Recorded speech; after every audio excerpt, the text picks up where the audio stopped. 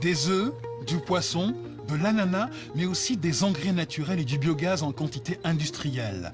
Et tout ça produit dans un seul et même endroit. C'est le rêve devenu réalité. J'étais dans mon laboratoire, plus grand laboratoire. J'ai regardé au niveau de 80 ce qui se passait en Afrique. J'ai dit, ce n'est pas. Donc je suis revenu. Vraiment, mon papa m'a dit, de revenir dans le continent d'origine. J'étais amer, j'étais frustré. Je voyais que l'Afrique est extrêmement riche, avec les capitaux et tout ça. Le continent le plus riche du monde, mais le plus pauvre du monde. Ce n'est pas acceptable. C'est ça qui m'a rendu fou. Son projet, appliquer sur le terrain ce qu'il a expérimenté dans son laboratoire. Le Bénin lui concède alors 1 hectare de terrain à l'abandon pour y construire une ferme bio. Aujourd'hui, le centre s'étend sur 24 hectares, fonctionne en totale autonomie et emploie plusieurs centaines de salariés. Rien ne se perd, rien ne se crée, tout se transforme. Exemple avec le recyclage des fientes de poulet transformées en gaz. Après quelques heures de repos, le mélange sera chargé dans une cuve, le digesteur.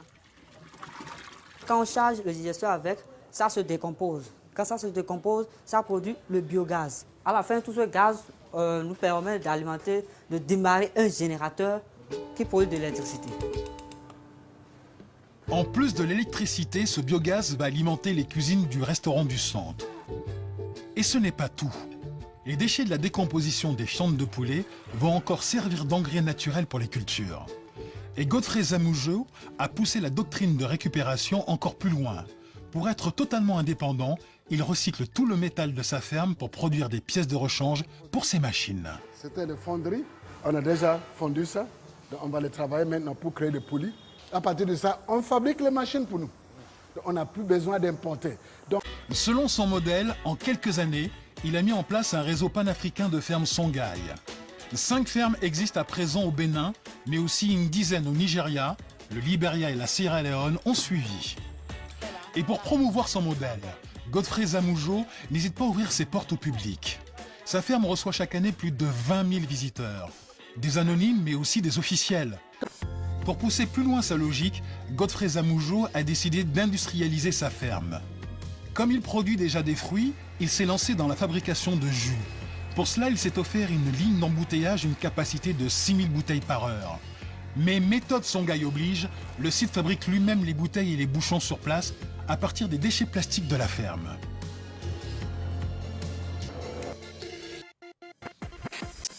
Bonjour, ça va? Convaincu qu'il est sur le bon chemin, Godfrey Zamoujo vient d'ouvrir la SLA, Songhai Leadership Academy, avec pour objectif de former 4000 jeunes cadres à la philosophie du centre.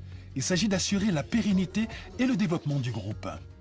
Donc vous êtes à Songhai parce que vous êtes conscient de challenge, de défis de l'Afrique.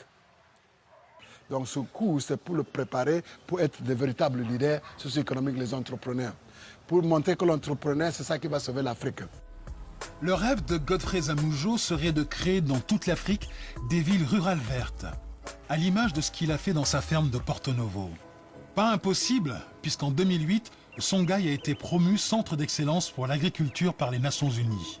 Il projette de s'implanter dans une dizaine d'autres pays sur le continent.